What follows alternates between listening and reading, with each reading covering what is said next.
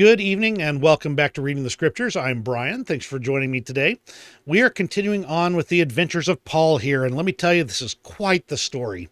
So let's continue on with Acts 27 and see what happens to Paul next. Paul, in a perilous voyage, travels toward Rome. An angel comforts him. He uses the gift of seership. He is shipwrecked. And when it was determined that we should sail into Italy, they delivered Paul and certain other prisoners unto one named Julius, a centurion of Augustus' band. And entering into a ship of Adramyttium, we launched, meaning to sail by the coasts of Asia, one Aristarchus, a Macedonian of Thessalonica, being with us. And the next day we touched at Sidon, and Julius courteously entreated Paul, and gave him liberty to go unto his friends to refresh himself. And when we had launched from thence, we sailed under Cyprus, because the winds were contrary. And when we had sailed over the sea of Cilicia and Pamphylia, we came to Myra, a city of Lycia. And there the centurion found a ship of Alexandria sailing into Italy, and he put us therein. And when we had sailed slowly many days, and scarce were come over against Cnidus, the wind not suffering us, we sailed under Crete, over against Salmone. And hardly passing it, came unto a place which is called the Fair Havens, nigh whereunto was the city of Lasea.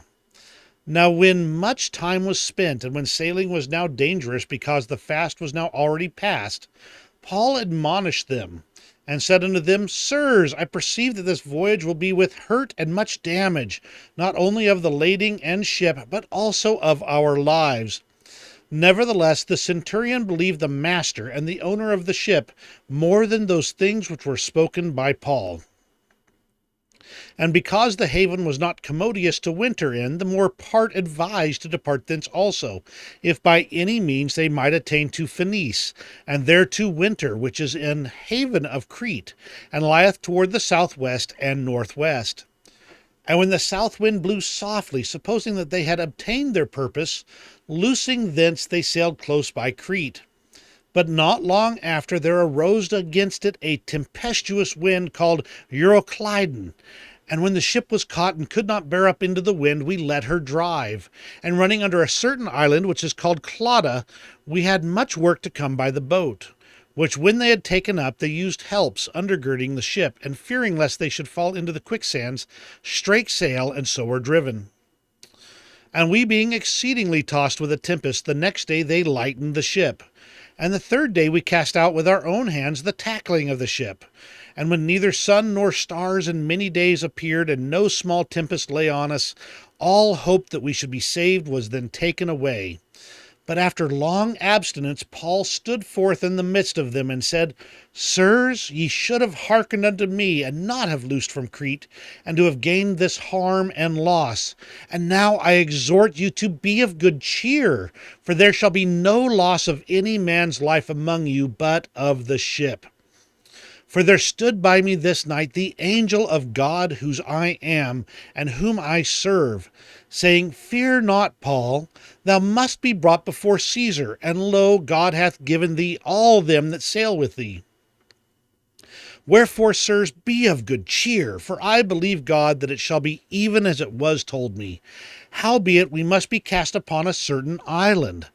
But when the 14th night was come, and as we were driven up and down in Adria, about midnight the shipmen deemed that they drew near to some country, and sounded, and found it 20 fathoms. And when they had gone a little further, they sounded again, and found it 15 fathoms. Then, fearing lest we should have fallen upon rocks, they cast 4 anchors out of the stern, and wished for the day. And as the shipmen were about to flee out of the ship, when they had let down the boat into the sea under color, as though they would have cast anchors out of the foreship, Paul said to the centurion and to the soldiers, Except these abide in the ship, ye cannot be saved. Then the soldiers cut off the ropes of the boat, and let her fall off. And while the day was coming on, Paul besought them all to take meat, saying, This day is the 14th day that ye have tarried and continued fasting, having taken nothing. Wherefore I pray you to take some meat, for this is for your health, for there shall not an hair fall from the head of any of you. And when he had thus spoken, he took bread, and gave thanks to God in presence of them all. And when he had broken it, he began to eat. Then were they all of good cheer, and they also took some meat.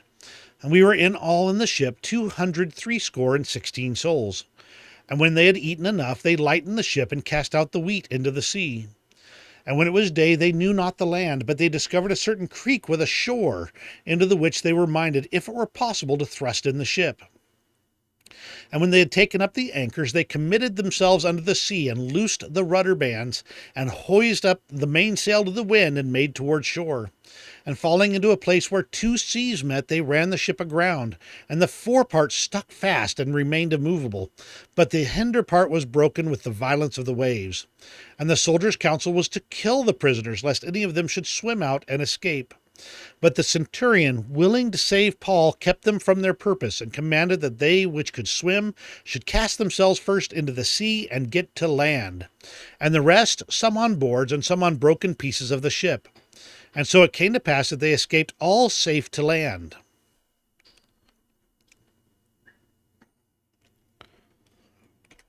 Wow, what a story. I mean, what this whole voyage is just amazing to me. And Paul is just taking this in stride and keeping on going. And when the angels appeared to him and told him that that everyone aboard the ship would be saved, it is just amazing to me that he just immediately went to and dove right into trying to save these men from being killed by swimming away from the ship or jumping overboard. And that's just really fascinating to me. But anyway, that's everything for today. Thank you very much for joining me. You have a great rest of your day, and we'll see you tomorrow.